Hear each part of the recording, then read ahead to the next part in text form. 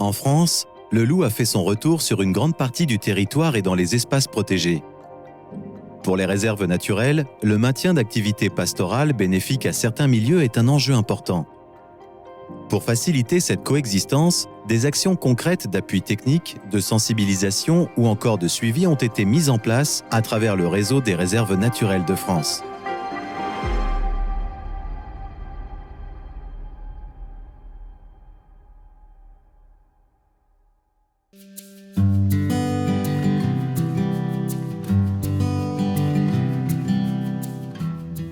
Au bout d'une vallée sinueuse des Pyrénées catalanes se dévoile la réserve naturelle nationale de Noël. Dans ce territoire montagnard d'exception où le loup a fait son retour depuis plusieurs années, connaissance et protection des milieux demeurent des enjeux importants.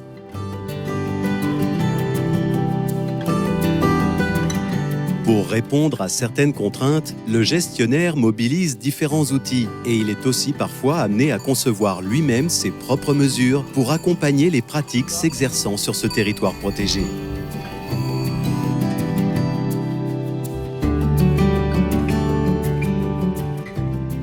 On ne parle pas du loup au début des années 2000 sur Noëd. On parle du lynx, on parle de l'ours. Et puis en cherchant l'ours et en cherchant le lynx, finalement on trouve un loup. On est en avril 1999. En allant relever des pièges pour l'ours et le lynx, c'est une piste sur neige de grands canidés avec un excrément au bout et récolté, etc. Et donc ça sort loup. En cherchant toute autre chose, on a finalement trouvé un animal qu'on soupçonnait mais qu'on n'attendait pas, aussitôt en tout cas. À partir du moment où il est officialisé en 1999, de 1999 à nos jours, la première chose qu'on a fait, c'est de renforcer le suivi sur le terrain pour être réactif pour aller vérifier. Donc ça, c'est la première chose. La deuxième chose, on a travaillé très tôt sur la protection des troupeaux, en développement en interne, on va dire, d'une expertise sur le placement et le suivi éducatif des chiens de protection. Et donc on a travaillé là-dessus dès 2000 sur les réserves naturelles catalanes, auprès des éleveurs volontaires, toujours. Donc ça veut dire aussi qu'on a aussi travaillé sur la transparence de l'information. Dès qu'on a des indices, on transmet l'information aux éleveurs. Ça c'est quelque chose qui est très important.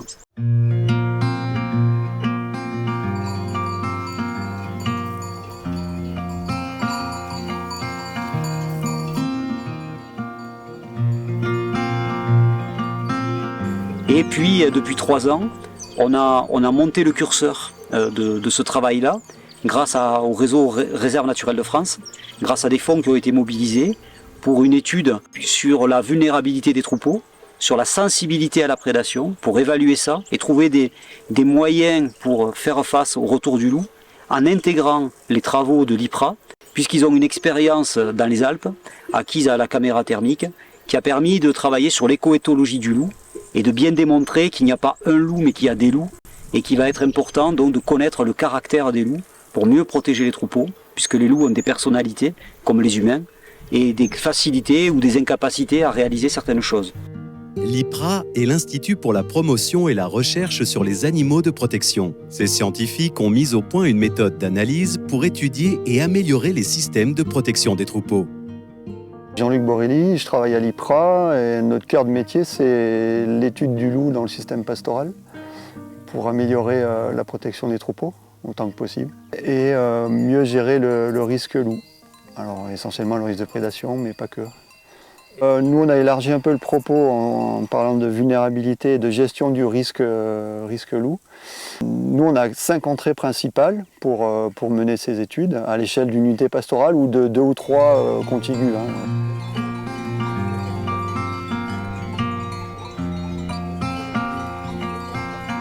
Donc les 5 entrées, c'est le système pastoral lui-même. La deuxième entrée, c'est s'il y a lieu, c'est le système de protection. La troisième entrée, c'est le milieu naturel, l'environnement. La quatrième entrée, c'est le multi-usage du territoire, parce que ni les loups ni les brebis sont seuls sur un territoire. Il y a plein d'activités anthropiques qui font que ça se passe plus ou moins bien quand on met en protection un troupeau. Et la dernière entrée, en fait c'est la principale, c'est le facteur loup, quoi.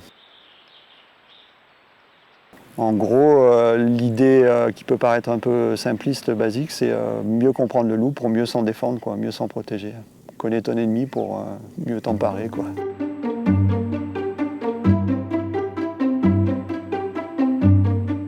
Il y a une approche globale, typiquement avec les pièges photo, armes redoutables H24 toute l'année. Et après, on complète ça avec de la vision nocturne, où là, on passe des nuits presque entières à observer le système dans son ensemble, et puis évidemment les approches et les interactions que peuvent avoir les loups avec les troupeaux. Alors si on va documenter 10 nuits avec passage de loups sans perturbation, ça nous donne à nouveau une tendance sur l'intérêt que peuvent porter les loups.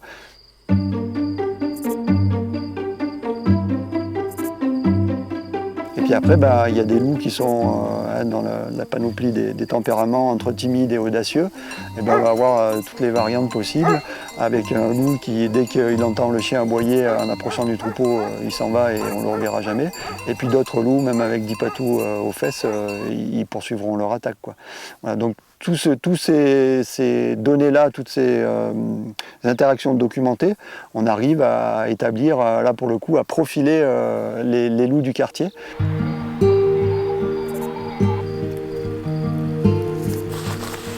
Véritable enquête de terrain pour l'unité pastorale concernée, les enseignements issus de cette démarche sont ensuite dévoilés aux éleveurs. Les conclusions de l'analyse permettent d'envisager de nouveaux moyens de protection ou de compléter et renforcer les solutions déjà en place.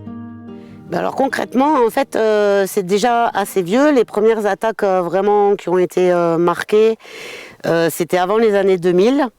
Donc en fait, c'est un groupement, on fonctionne déjà depuis très longtemps, oui, avec nos patous, nos filets et nos parcs. Mais ça résout pas tous les soucis, en fait.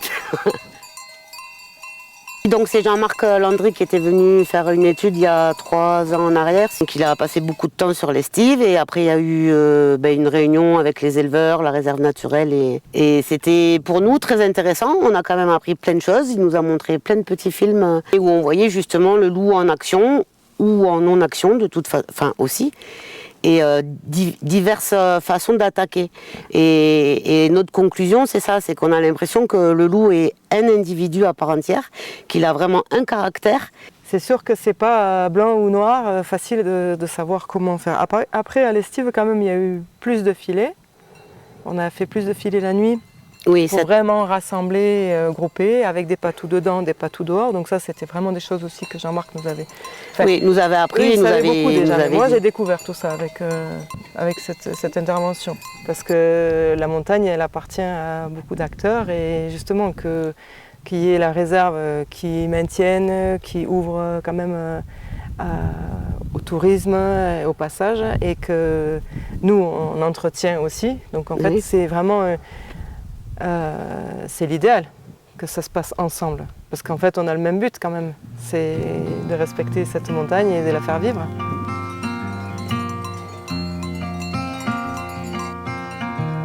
Ce qu'il faut avant tout, c'est qu'il y ait une traduction sur le terrain. Et donc le travail de la réserve est aussi là, c'est de faire en sorte que ces actions-là soient mises en place. Pour cela, on envisage à l'avenir, enfin sur le court terme, de trouver des moyens supplémentaires pour épauler les éleveurs à accompagner, à mettre en place les préconisations de l'IPRA et des réserves naturelles catalanes. Autrement dit, des postes d'aide berger qui peuvent être mis en place par rapport à ça. Et il convient d'orienter les activités humaines pour créer des cohabitations qui soient vraiment possibles et soutenables.